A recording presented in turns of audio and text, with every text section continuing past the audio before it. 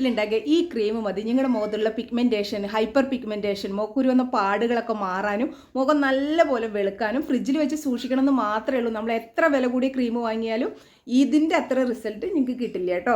നമ്മുടെ മുഖത്തുള്ള pigmentation, hyper pigmentation, അതുപോലെ തന്നെ മെലാസ്മോ, മുഖക്കുരു വന്ന പാടുകളൊക്കെ മാറാനും മുഖം എന്നും തിളക്കത്തോടുകൂടി വെളുത്ത് സുന്ദരന്മാരും ആവാൻ വേണ്ടിയിട്ടുള്ള നല്ലൊരു ക്രീമുമായിട്ടാണ് നമ്മൾ വീട്ടിൽ തന്നെ ഉണ്ടാക്കുക. നമുക്കത് ഫ്രിഡ്ജിൽ വെച്ച് സൂക്ഷിക്കണം എന്ന് മാത്രമേ ഉള്ളൂ. 2 ആഴ്ച വരെ ഒരു കേടും വരില്ല.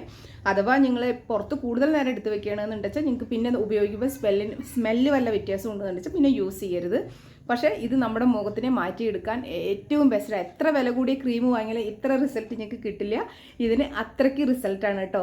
ക്രീം ഉണ്ടാക്കാനാണ് പോണത് നമ്മുടെ മുഖത്തെ പിഗ്മെൻറ്റേഷൻ മാറാനും മുഖക്കുരു വന്ന പാടുകളൊക്കെ ഉണ്ടെച്ചാൽ അത് മാറാൻ, പിഗ്മെൻറ്റേഷനും മെലാസ്മയും മാറാനാണ് മെയിനായിട്ട് ഞാൻ ഇത് ഉണ്ടാക്കുന്നത്. അതുപോലെ തന്നെ മുഖം വെളുക്കാനും വേണ്ടിയിട്ട്.